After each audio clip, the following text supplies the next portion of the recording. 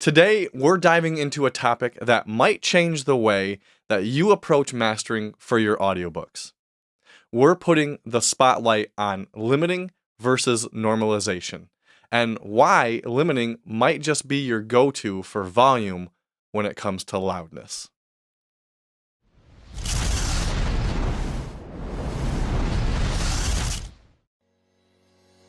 Before we jump in, I want to give you a gift. I always want to give you something that's tangible and that you can put into practice right away so you can get onto storytelling and mastering your audiobook fast and efficiently and having it sound incredible. So I want to give you my narration EQ guide. It's absolutely free. You just got to head to thehomeaudioproject.com/EQ and grab it. And then you can start using the recommended settings for EQ frequencies and make your audiobooks sound even better. All right, let's start by talking about the tool that's going to give you the volume needed, but also keep that dynamic range: limiting. Now, limiting isn't just a tool, it's a game changer for audiobook narrators. You see, unlike normalization, which evens out the overall volume, limiting focuses on controlling the peaks that might disrupt the listening experience, but also while bringing up the volume to get it to spec. Now, let me tell you why limiting should be your go-to choice, and then when you can use normalization really only in a pinch. By tactically applying limiting, you're ensuring that those peaks in volume are reined in, and not only to prevent distortion, but to also contribute to a seamless and enjoyable listening experience for your listener. And let's not forget about the ACX standards that I covered in the last video. If you haven't checked out that video yet, I'll have it linked below and also in the cards. Now, ACX requires that your RMS falls between -18 and -23, and limiting can be your tool in achieving that, giving you a consistent and professional sounding audiobook, but keeping the dynamics present. And dynamics are important in storytelling and in speech, and that's what puts the emotion into the story, is the dynamics. I also believe that because your limiter's threshold setting will vary from book to book, it gives each book that you narrate its own unique listening experience. Well, what do I mean by that? Well, if you're recording a self-help nonfiction book, the limiter won't have to tame as many loud peaks and the loud dynamic range, leaving it to sound comfortable, yet push the volume enough to give it that professional sound. On the opposite end of that, in more action-packed books like a thriller or an action-adventure, a limiter will tame the loud peaks quite a bit, but keep the energy, bring the loudness for the softer scenes, and still hit spec. So I suggest that if you have to use normalization, that you use it sparingly and only in a pinch, because while normalization can be a quick fix, it does come with a catch. Normalizing too much can lead to distortion and compromise the audio quality, creating a less than ideal listening experience for your audience. So you may be asking, what's wrong with normalization? Maybe you've already been using it the entire time you've been doing audiobooks, and that's all you know. So let's talk about why normalization may not be your best friend. And pitfall number one is a big one. It's distortion. Normalization, when it's overused, it can introduce distortion, making your audiobook and your narration sound really harsh and obviously unpleasant. And pitfall number two, at least for me, just as big of a deal as distortion, is the loss of dynamic range. Now, normalization, while it's aiming for consistency, it can strip away that natural ebb and flow of the narration. Your audiobook loses that emotional depth that keeps the listener hooked. So what normalization does versus a limiter are a couple of different things. So in Audacity, if you go up to Effect, there's a couple of different normalizations that you can choose from. There's loudness normalization and normalize. So what's the difference there?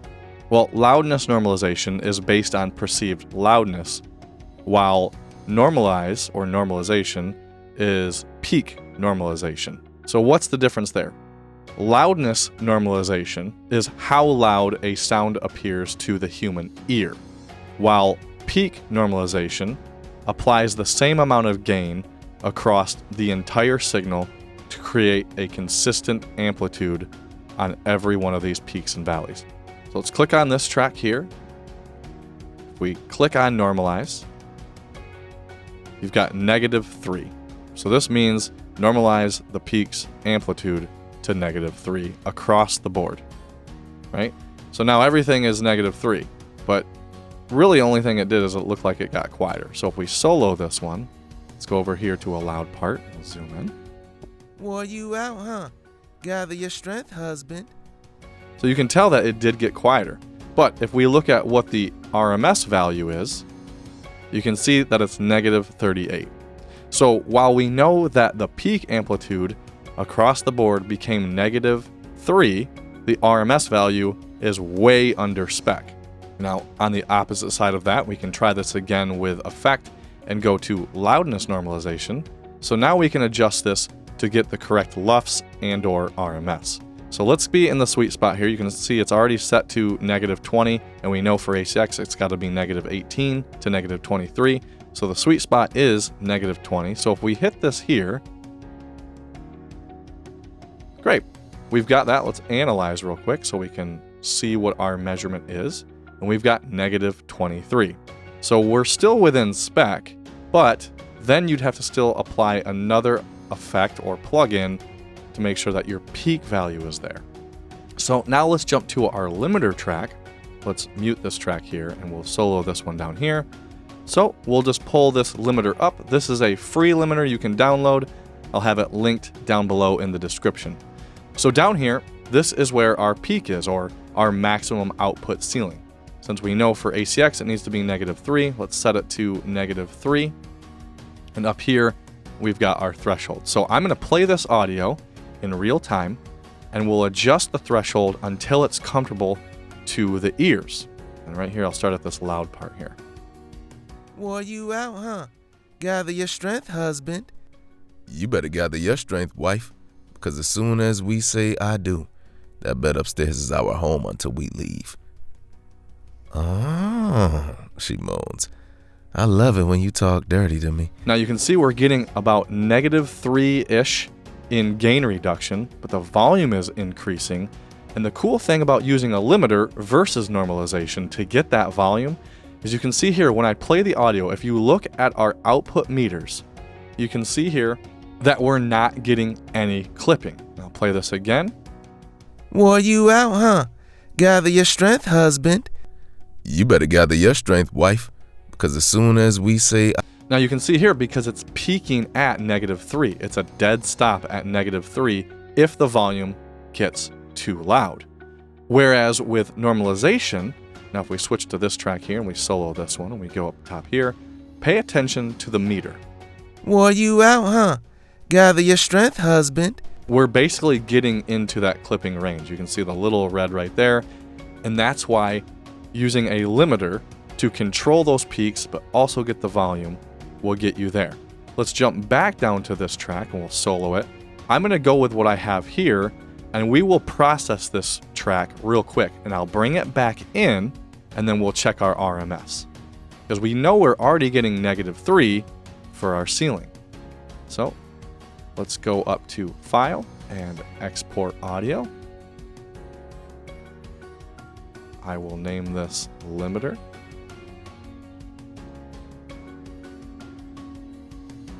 And now we'll bring it in. So I've already got the folder pulled up. I named it limiter. We'll bring this in.